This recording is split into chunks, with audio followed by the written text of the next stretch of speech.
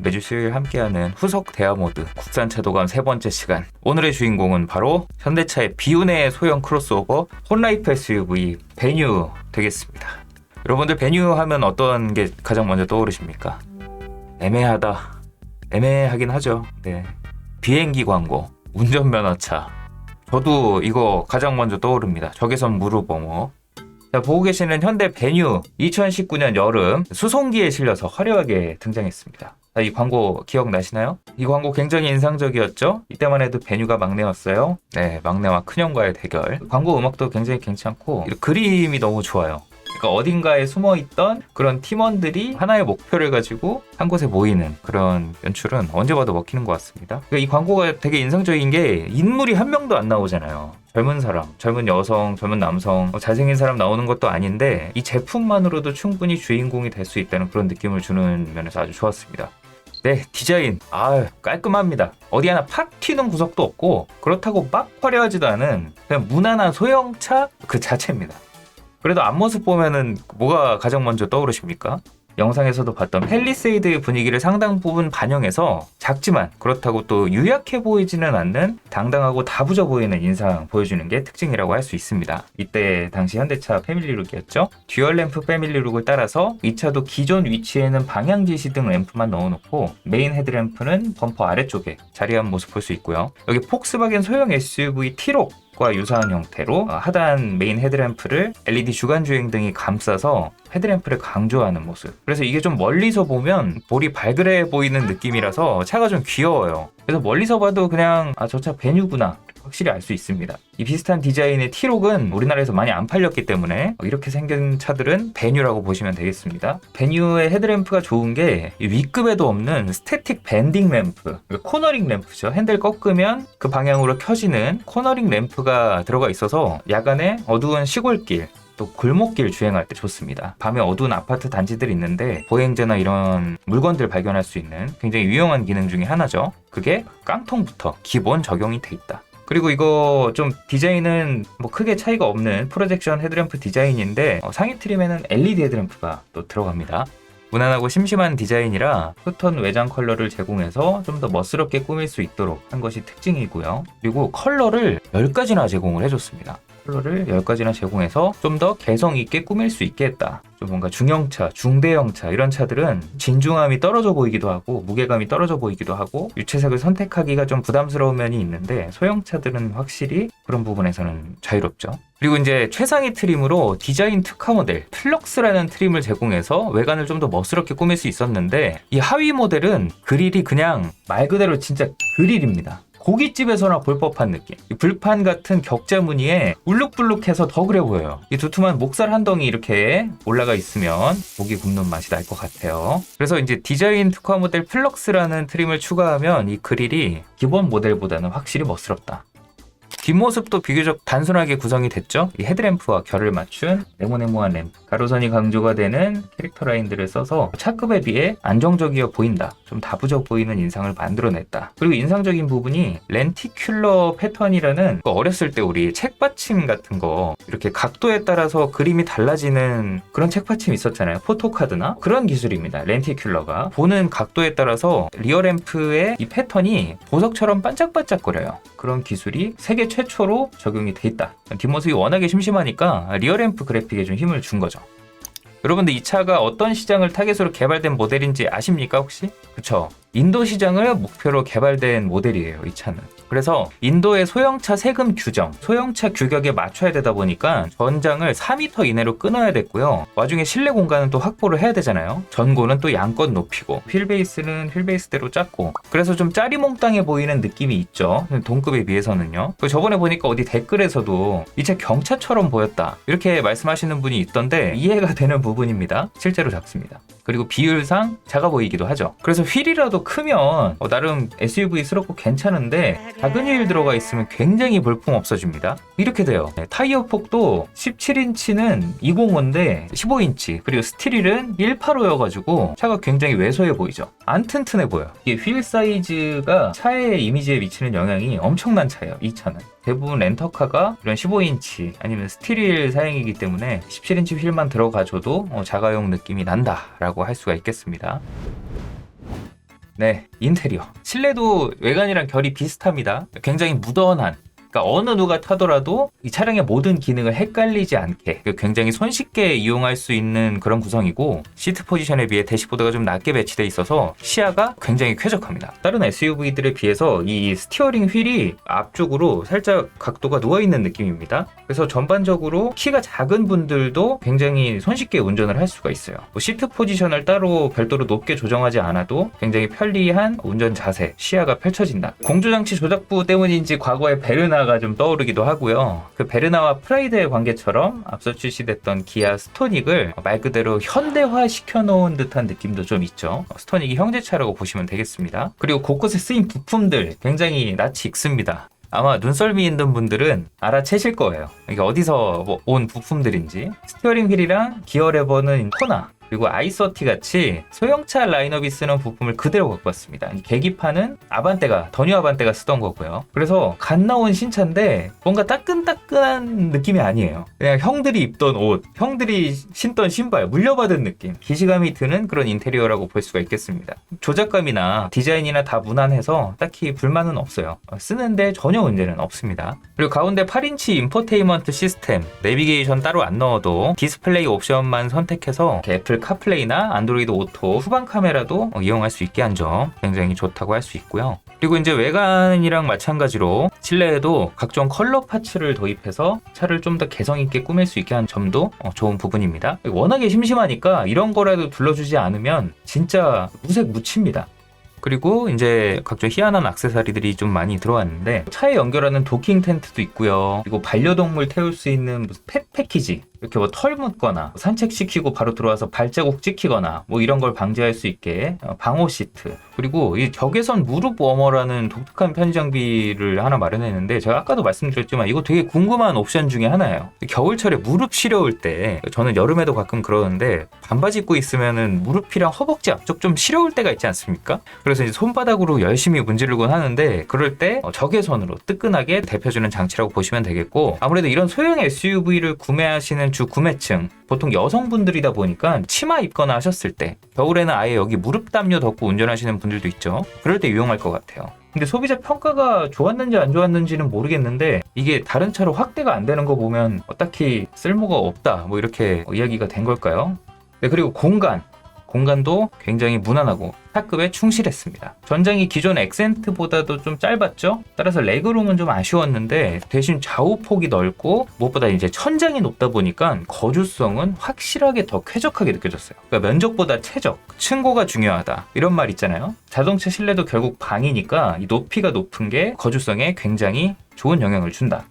이 트렁크도 바닥을 깊게 파서 짐이 꽤 많이 들어가고요. 그리고 막상 짐 실을 때 걸리적거리는 트렁크 커버, 이게 등받이 쪽으로 이렇게 자연스럽게 수납이 됩니다. 원래 보통 이걸 떼면 어딘가에 놓고 다녀야 되잖아요. 뭐 집에 베란다에 갖다 놓거나 뒷좌석에 잠깐 실어 놓는다던가, 골치덩입니다. 얘를 떼는 순간. 근데 뒷좌석 등받이에 이게 딱 깔끔하게 슉 들어가요. 이것도 굉장히 좋은 부분이라고 할 수 있고, 트렁크도 원래 이렇게 단이 높게 설정이 돼 있는데, 이 단을 계단식으로 한 단계 낮춰서 깊게 사용할 수 있죠. 뒷좌석까지 접으면 그야말로 광활한 적재 공간이 펼쳐진다. 엑센트 같은 소형 세단에서는 이만한 공간감이 안 나오잖아요. 엑센트 위트 이런 것들은 좀 공간이 어느 정도 나왔는데, 그 차보다 이 차가 훨씬 쾌적한 짐 공간을 제공해줍니다. 그래서 뭐 간단한 원룸 이사 같은 거는 충분히 할 수 있는. 액디수야 돌아와. 사라져서 너무 아쉽습니다. 다만 이제 문제, 소재감도 차급에 충실합니다. 이런 젠장. 현대차가 저렴한 소재로 굉장히 있어 보이게 만드는 걸 잘하는 회사인데, 이건 그냥 포장할 생각도 없습니다. 손에 닿는 곳곳마다 나 저렴한 차야 라고 그냥 있는 대로 그 느낌을 전달해줘서 좀 아쉽다는 평가를 받았죠. 그러니까 차급에 비해서도 좀 아쉽다. 원래 보통 이런 소형차들은 재질이 좋을 수가 없잖아요. 가격 코스트를 맞춰야 되니까 재질이 좋을 수가 없는데, 그걸 감안하고 보더라도 안 좋다, 소재감이 떨어진다, 이런 평가를 당시에 많이 받았던 모델입니다. 네, 이 차의 캐치프레이즈, 혼라이프 SUV라는 캐치프레이즈에 걸맞게 혼자 내지 둘이 타기에는 좋은 공간이었습니다. 원래 보통 기존의 SUV의 주 타겟 어떤 사람들이었습니까? 이미지가 보통 어땠죠? 넉넉한 공간, 그리고 실용성으로 무장한 4인 가족을 위한 든든한 패밀리카, 결혼과 동시에 장만해야 되는 차, 이런 게 대부분이었죠. 근데 이 무렵부터 홀로라이프, 혼밥, 혼술, 솔캠, 혼자 즐기는 라이프 스타일이 트렌드가 되면서 SUV들도 이런 수요에 발맞춰서 더 작고 저렴하면서도 실용적인 부분들을 강조한 이런 차들이 많이 나오기 시작했던 때입니다. 그래서 이 베뉴도 여러모로 최신 트렌드 그리고 주 타겟의 라이프 스타일에 발맞춘 상품 구성이 돋보였다. 트렁크에 개가 타 있는 거 보십시오. 대학생들의 첫 차. 학생 때 베뉴 타고 다니면 진짜 잘 사는 집안 친구죠. 차가 있다는 게 중요합니다. 이때는 그냥 다 썩음 털털한 중고 마티즈 이런 거여도 너무 부러웠죠. 네. 자, 다음 파워트레인. 파워트레인도 무난합니다. 무난 그 자체예요. 123마력 15.7kg/m 힘을 내는 1.6L 스마트 스트림 자유느끼 가솔린 엔진 단일 사양의 변속기는 6단 수동 그리고 IVT라고 명명된 CVT 무단 변속기가 매칭이 됐습니다. 어디선가 많이 본 파워트레인이죠. 우주명차 아반떼와 동일한 파워트레인입니다. 이게 강력한 성능은 아닌데 이 차가 공차 중량이 1200kg대예요. 아반떼보다 약 100kg 정도 가벼워서 실용 구간, 고속 구간 할 것 없이 부족함 없는 가속 성능 제공하고요. 이 타보신 분들 아실 거예요. 차가 굉장히 가뿐하게 나옵니다. 그리고 IVT 무단 변속기, 이 가상의 8단 수동 변속 모드를 지원하는 CVT가 특이하게도 급가속을 하면 이 단계별로 변속되는 느낌을 살려줘요. 이게 굉장히 좀 자연스럽습니다. 주행 성능 굉장히 무난하고 연비도 무난하고 여러모로 무난한 파워트레인이다. 근데 의도한 건 아닌데 이제 CVT 얘기가 요즘 많이 나오죠. 지난번 댓글 보니까 CVT에 대해서 궁금해하시는 분들이 좀 많으시더라고요. 그리고 베뉴가 진짜 문제가 없는 차인데요. 몇 안 되는 문제 중에 하나가 CVT예요. SM6에서 얼떨결에 DCT 설명한 김에 CVT도 짧게 알아보도록 하겠습니다. 네, CVT Continuously Variable Transmission 연속 가변 변속기의 약자고 이제 이걸 무단 변속기라고 하는데 보통 무단이라고 하니까 아예 단이 없는 마치 픽시 자전거처럼 고정되어 있는 그런 기어를 연상하시는데 그건 아니고요. 간단하게 얘기하면 단은 있는데 그 단이 거의 무한대에 가깝게 쪼개져 있고 이게 또 연속적으로 시시각각 변하기 때문에 단을 구분하는 게 의미가 없다 이런 쪽에 가깝습니다.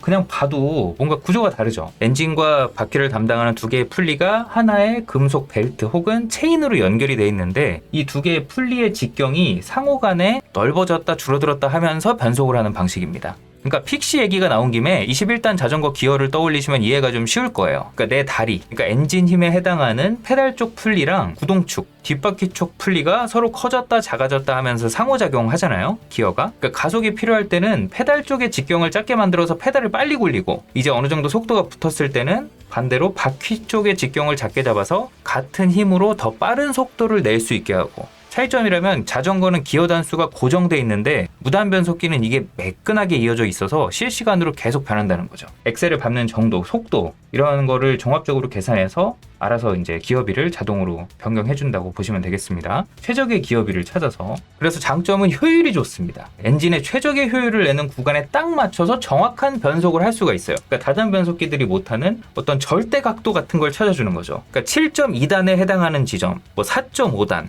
2.8단에 해당하는 지점 이런 식으로 특정 기어비를 구현을 해줍니다. 그러니까 오히려 다단 기어보다 동력 손실은 큰데 이 최적의 구간을 기가 막히게 찾아서 유지해주는 효율이 좋으니까 결과적으로 상세가 된다. 연비가 좋다. 이렇게 알고 계시면 되겠습니다. 매끈하게 이어져 있으니까 흔히 다단 변속기에서 느껴지는 변속 충격, 멈칫한다든지 속도가 살짝 떨어진다든지 한 템포 쉬어간다든지 이런 비효율적인 움직임이 없고 가속이 전기차처럼 매끈하게 되고요. 부드러운 주행 감각을 만들어냅니다. 또 보셨다시피 부피가 작고 가볍습니다. 이게 크기 변속기가 원래 일반적인 자동 변속기들이 다단으로 갈수록 변속기의 크기도 커지고 당연히 무거워지고 또 비싸지니까 경차나 소형차에 쉽게 못 쓰는 거예요. 그래서 이럴 때는 차라리 무단 변속기를 맞물리는 게 훨씬 나아요.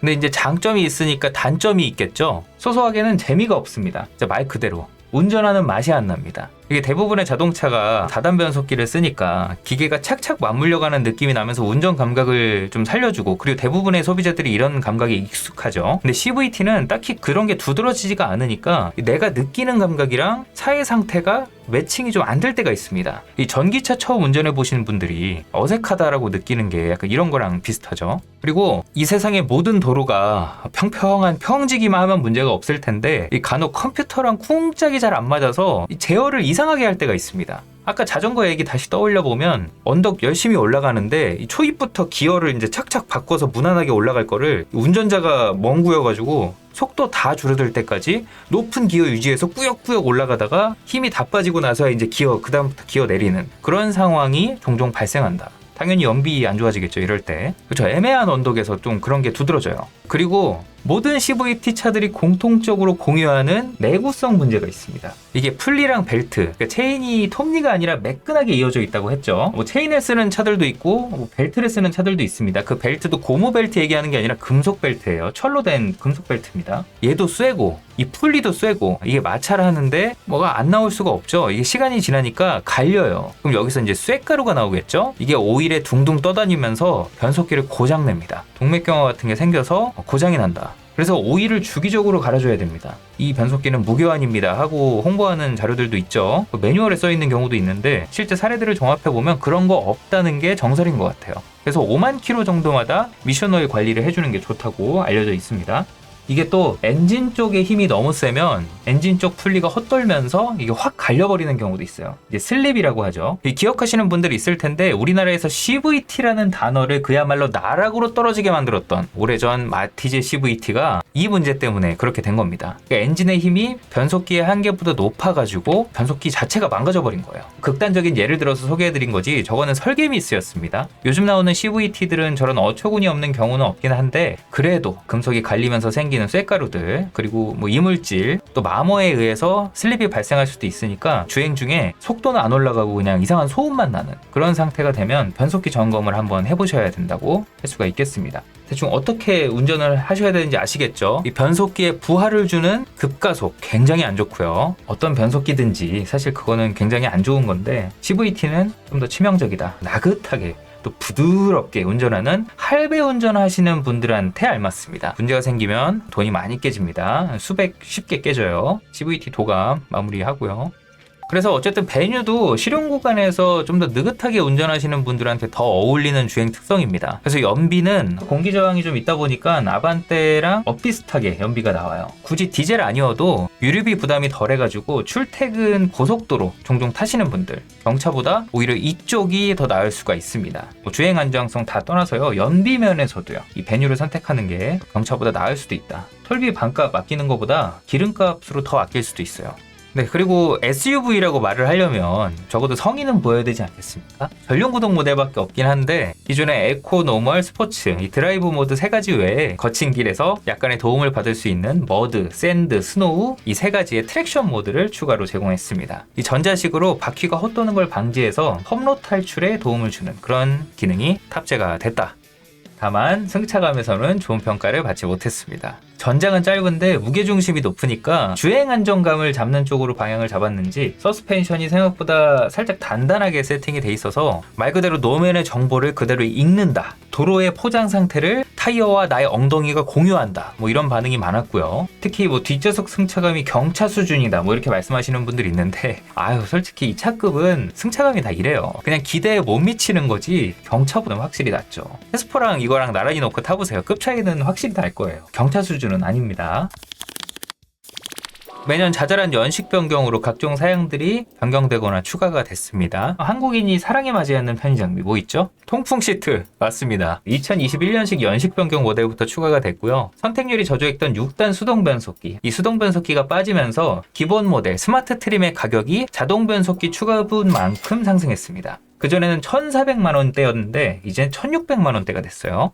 그리고 2023년식 모델부터는 꽤나 눈에 띄는 변화들이 있었습니다. 자가용 판매에서 깡통, 아까 1,600만 원대라고 소개해드렸던 깡통 스마트 트림이 아예 삭제됐고요. 새롭게 프리미엄 트림이라는 트림이 하나 생겼고 풀옵션 트림, 플럭스 이 두 개만 남겨서 1,000만 원대로 살 수가 없는 차가 됐습니다. 2천만 원으로 올라가 버렸어요. 그러니까 렌터카 같은 플립 판매용 스마트는 계속 팔았어요. 낮은 옵션으로 깡통 모델이 팔긴 팔았는데 일반 자가용 개인 고객한테는 깡통 모델이 없어졌습니다. 가성비가 좀 떨어졌다고 볼 수 있는데 대신에 이제 디지털 키, 스마트폰으로 따로 차키를 대지 않고도 문 열고 시동 걸고 할 수 있는 디지털 키 도입됐고요. 뭐 뒷좌석 USB 충전 포트 같은 편의 장비 그리고 계기판이 전자식으로 바뀐 것도 눈에 띄죠. 드라이브 모드에 따라 색깔 바뀌고 뭐 이런 기능도 재미있고요. 그래도 저는 아날로그 계기판이 더 좋았던 것 같아요. 예전에 너무 원가 절감스러워. 그리고 가장 큰 변화 곳곳에 센서나 카메라의 성능을 좀 업그레이드 해가지고 교체로 해서 마주오는 차 후진할 때 뭐 뒤에서 다가오거나 사람이나 벽 같은 거 있으면 알아서 브레이크 밟아주고 그런 기능 있죠. 충돌 방지 보조 기능, 안전 기능 같은 게 강화가 됐고 차로 유지 보조, 스마트 크루즈 컨트롤 같은 보다 적극적인 주행 보조가 가능해진 것이 2023년식 베뉴의 가장 큰 특징이라고 할 수가 있겠습니다. 대신에 정차 및 재출발을 하는 스마트 크루즈 컨트롤까지는 아니어서 정체 구간에서는 그냥 정신 차리고 브레이크 밟아가면서 운전하셔야 됩니다. 완전히 멈춰주진 않아요.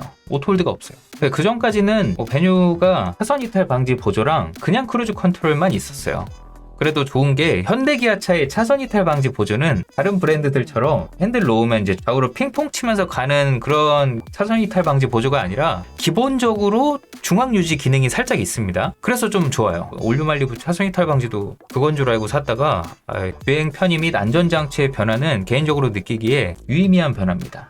이런 차들이 운전이 미숙한 분들, 운전을 이제 막 시작한 분들, 혹은 안전장치가 많이 필요한 중장년층 이런 분들이 많이 타는 차급이기 때문에 오히려 이렇게 안전장비들이 강화가 된 게 굉장히 유의미한 변화라고 볼 수가 있다. 그리고 좀 전에 소개해드렸던 그 트랙션 컨트롤 모드 풀옵션에만 넣어줬거든요. 원래 한정적으로 넣어주던 기능이었는데 그것도 아예 기본화가 됐습니다. 시작 가격은 2천만 원대로 좀 올라갔는데 그에 걸맞게 이런 주행보조 장치들이나 편의 장비들이 기본으로 추가가 됐다. 그리고 이 무렵에 주력 시장 인도에서는 대대적인 페이스리프트가 진행이 됐습니다. 기존의 베뉴 별명 뭐였죠? 베이비 팰리세이드.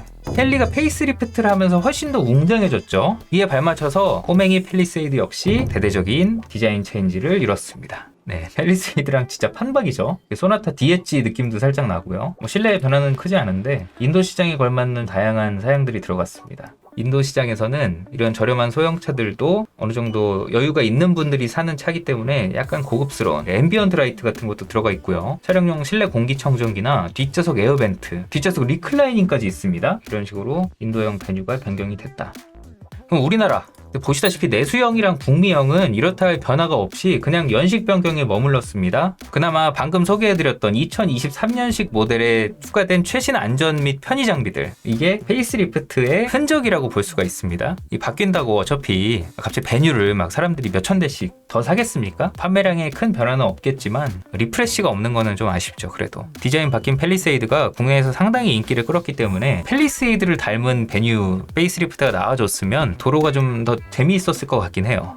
말씀드렸듯이 연식 변경으로 떼어서 올해까지 판매가 되고 있습니다. 2025년형 모델 올해 4월에 추가가 됐고요. 특이하게도 깡통 스마트 트림이 다시 생겼습니다. 불경기에 영향이 반영이 된 걸까요? 캐스퍼랑은 판매 간섭을 좀 의식해서 그런지 예전 모던 트림보다 비싼 1,900만 원대로 올라갔습니다. 그래서 깡통이라고 하기 좀 그렇긴 한데 웬만하면 안전 옵션들은 차 살 때 추가를 하시죠. 이런 안전 옵션이나 열선 핸들, 스마트 키, 8인치 디스플레이 오디오 같은 게 기본으로 들어가서 차값이 높아 보이는 효과가 있다. 실제로 높아진 것도 맞고요. 옵션을 어떻게 보면 강매를 하는 거니까 깡통 모델이 화려하게 복귀를 했다. 네, 마지막으로 베뉴 연간 판매 성과 보면서 총평까지 이어가도록 하겠습니다. 이 베뉴라는 차를 한 단어로 표현하자면 무난입니다. 무난. 오늘 방송하면서도 한 10대 번 쓴 것 같은데 어느 누가 타더라도 만족할 수 있는 상품성을 갖춘 모델임에는 틀림이 없습니다. 베뉴라는 차는요. 근데 문제가 뭐냐?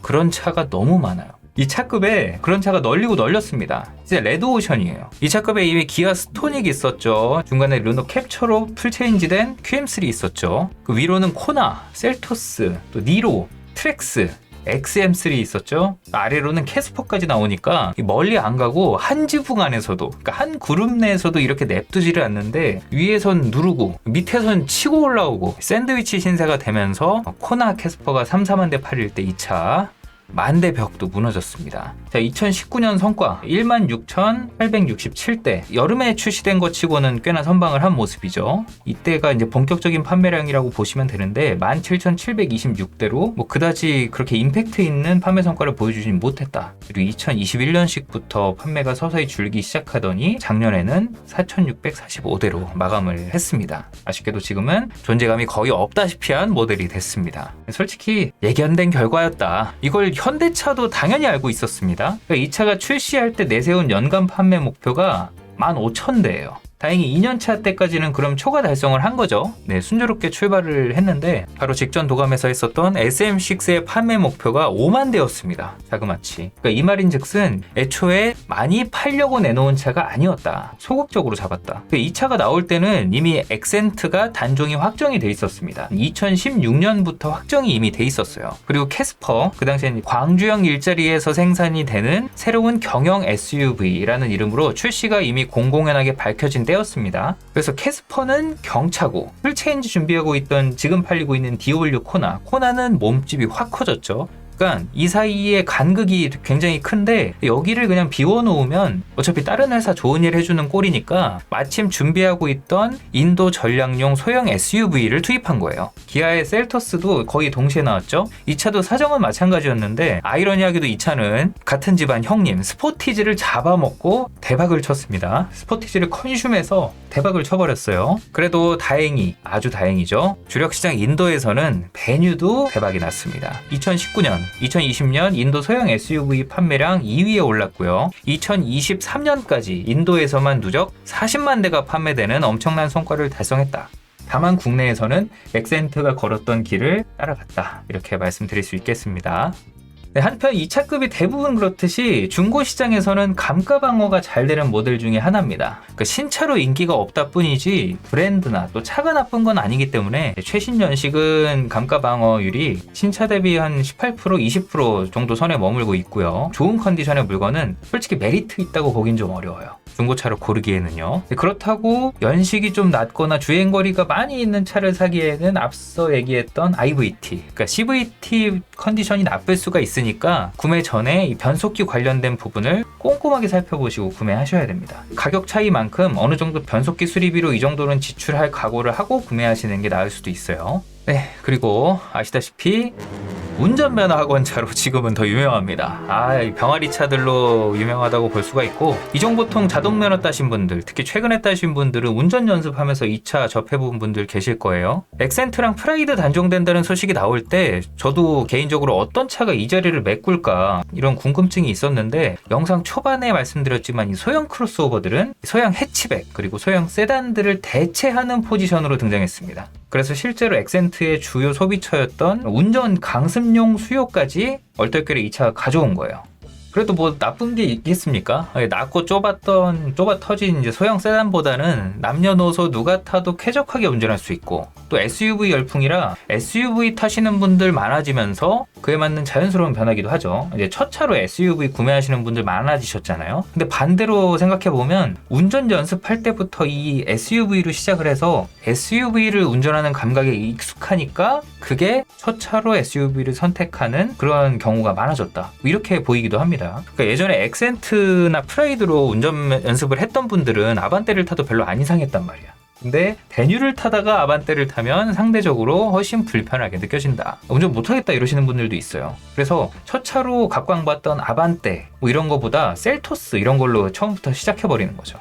그리고 이 운전 연습용 차라는 이미지가 확 각인이 되면서 베뉴가 목표했던, 또 주구장창 광고했던 젊은 세대의 트렌디한 개성 있는 나만의 혼라이프 SUV라는 매력을 반감시켰다는 게 문제였습니다. 이 대대로 소나타의 자가용 판매를 가로막는 요인 중에 하나가 택시 이미지였던 거랑 비슷한 거죠. 베뉴도 이제 자가용보다 이 노란 병아리 차들이 더 많이 보이는 지경에 이르다 보니까 이 운전 연습용 차라는 이미지가 자가용 판매에 영향을 많이 줬다. 그거 면허학원 차 아니야? 이런 얘기 들으면 이왕이면 다른 모델을 선택할 수가 있다는 거죠. 예전에는 고민 끝에 안 사 이런 느낌이었는데 이제는 고민조차 안 한다는 거지. 그래서 저는 오히려 유니크한 스타일을 원하는 젊은 층보다는 은퇴한 장년층 어른들이 타기에 훨씬 좋을 것 같아요. 제가 보기엔 아반떼 같은 세단보다 나아요, 이 차가. 뭐 유구한 전통이죠. 최신 트렌드나 마케팅 같은 거 보면 지나치게 젊은 층에만 타겟을 맞추는 경향이 있는데 젊은 사람들만 혼라이프가 아니에요. 자녀들 출가시키고 한적하게 노후 보내시는 분들, 어차피 부부 두 분 내지 당신 혼자 타시는데 어쩌다가 친구분들이랑 마실 다니면서 타시는 경우가 많은데, 이게 세단은 차가 낮아서 타고 내리기가 불편하단 말이죠. 중장년층 분들은 무릎이 안 좋아지신단 말이에요. 근데 이 차는 타고 내리기 편리하죠. 편하죠. 그리고 차 작아서 운전하거나 주차하기도 좋죠. 그리고 유지 관리비에서 부담이 적죠. 그리고 아까 말씀드렸던 제일 중요한 안전장치들 웬만한 거 다 들어가 있죠. 무엇보다 차가 빠르지가 않아서 여러모로 어른들이 타시기에 적절하다. 디자인도 순둥하니까 딱히 뭐 모난 구석도 없잖아요. 화려하고 확 튀고, 물론 어른들이 뭐 형광 라임색 이런 거 안 사시겠지만, 그리고 아까 말한 코너링 램프, 이게 시골에서 운전할 때 진짜 유용해요. 그래서 혹시 부모님이 이런 목적으로 마실용 차량이나 혹은 세컨카 같은 거 구매 고민 중이시거나 노후에 한적한 시골 내려가서 사실 예정이시라면 한 번쯤 눈여겨볼 만한 차다, 이렇게 말씀드릴 수 있겠습니다. 이게 베뉴가 뭔가 특징이 없어. 그래서 너무 재미없을까봐 이런 옵션을 넣어준 거예요. 적외선 무릎 워머, 반려동물 용품들 옵션이라도 흥미로워야 되잖아요. 생각해보니까 이런 것까지 다른 차가 다 가져가면 얘는 뭐가 남아? 중장년 분들이 타시기에 좋다고 이제 소개를 해드렸는데, 그 전에 먼저 바뀌어야 될 시선이 있어요. 우리나라 소비자들이 가지고 있는 차에 대한 시선, 특히 다운그레이드에 대한 부정적인 시선이 깔려있는 게 너무 이상해. 다음 차는 무조건 더 크고 좋은 차, 업그레이드를 해야 된다는 그 강박. 오히려 가족이랑 살 때 산타페, 소렌토 이런 거 타시다가 이제 자녀들 다 커가지고 각자 차 생기고 출가했는데 팰리세이드 같은 걸 사셔. 이게 업그레이드에 대한 강박 때문에 나오는 것 같아요. 물론 좋다 이거예요. 크고 좋은 차, 고급차일수록 더 좋죠. 근데 문제는 이제 필요에 의해서 혹은 좀 더 합리적인 이유로 작은 차를 선택하시는 분들을 이상하게 보는 문화가 있다는 게 좀 그렇습니다. 저는 이걸 지적하는 거예요. 어느 날 그랜저 타고 다니시다가 그랜저 너무 크고 부담스럽고 뭐 주차하기도 나쁘고 이래서 아반떼 같은 걸로 바꾸실 수도 있잖아요. 어차피 나 혼자 타니까. 요즘 사업이 힘드니? 요즘 수입이 떨어졌니? 이런 분위기가 좀 깔려 있잖아요. 이제는 좀 지양해야 될 필요가 있다, 이렇게 생각합니다.